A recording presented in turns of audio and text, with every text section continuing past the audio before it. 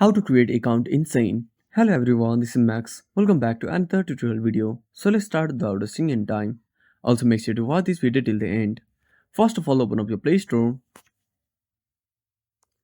Now tap on the search icon at the bottom right corner.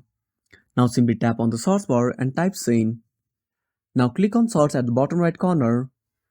Now tap on Shein shopping online and click on install. Now wait for the application to install. Now after installing, simply tap on open. Now at the bottom part of your screen, tap on sign in. Now click on go shopping. Now tap on the cross icon. Now click on sign in. Now tap on continue with Google or enter your email address. Now enter your email address and tap on continue. Now create a password. Now tap on register. Now once you register, go back to the home screen and open up email. Now confirm your email address and that's it. Thanks for watching. Make sure to subscribe our channel and hit the bell icon. See you in the next video.